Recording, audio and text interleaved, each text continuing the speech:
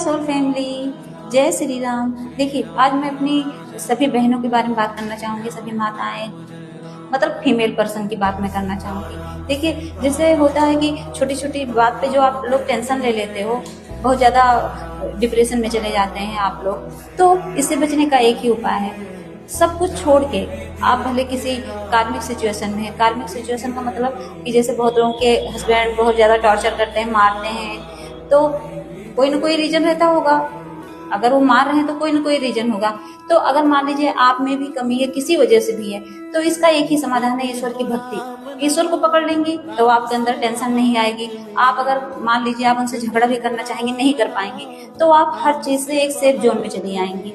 तो इस चीज से अगर बचना है तो आप रहिए, फैमिली के साथ रहिए, लेकिन भगवान को पकड़ के। जब आप ईश्वर की भक्ति करेंगे तो आपके अंदर जो नेगेटिव थॉट आते हैं ना, वो सब दूर हो जाएंगे और आप भी खुश रहेंगी, आपकी फैमिली भी खुश रहेगी। जय श्री राम, जय नीम करोली बाबा।